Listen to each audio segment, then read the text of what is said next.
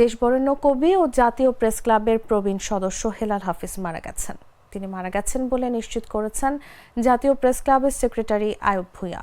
জানা গেছে ১৩ ডিসেম্বর দুপুরের দিকে রাজধানী শাহবাগের সুপার হোস্টেলের বাথরুমে দরজা খুলে মৃত অবস্থায় দেখতে পাওয়া যায় কবিকে। পড়ে গিয়ে মাথায় আঘাত পাওয়ার পর রক্তপাত হয়েছে বলে ধারণা করা হচ্ছে। বেলা ২:৩০টার দিকে তাকে বঙ্গবন্ধু শেখ মুজিব মেডিকেল বিশ্ববিদ্যালয় হাসপাতালে মৃত অবস্থায় আনা হয়। আগামীকাল জাতীয় প্রেস ক্লাবে তার নামাজে জানাজা অনুষ্ঠিত হওয়ার কথা রয়েছে বলে জানিয়েছেন জাতীয় প্রেস ক্লাবের সদস্য কবি আবিদ আজম।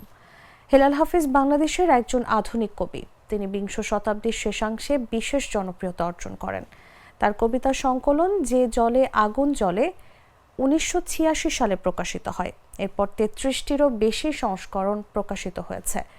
২৬ বছর পর ২০১২ সালে আসে তার দ্বিতীয় কাব্যগ্রন্থ কবিতা ৭১। তার অন্যতম জনপ্রিয় কবিতা নিষিদ্ধ সম্পাদকীয়। তিনি সাংবাদিক ও সাহিত্য সম্পাদক হিসেবে বিভিন্ন পত্রপত্রিকায় কাজ করেছেন। ২০১৩ সালে তিনি বাংলা একাডেমি সাহিত্য পুরস্কারে ভূষিত হন।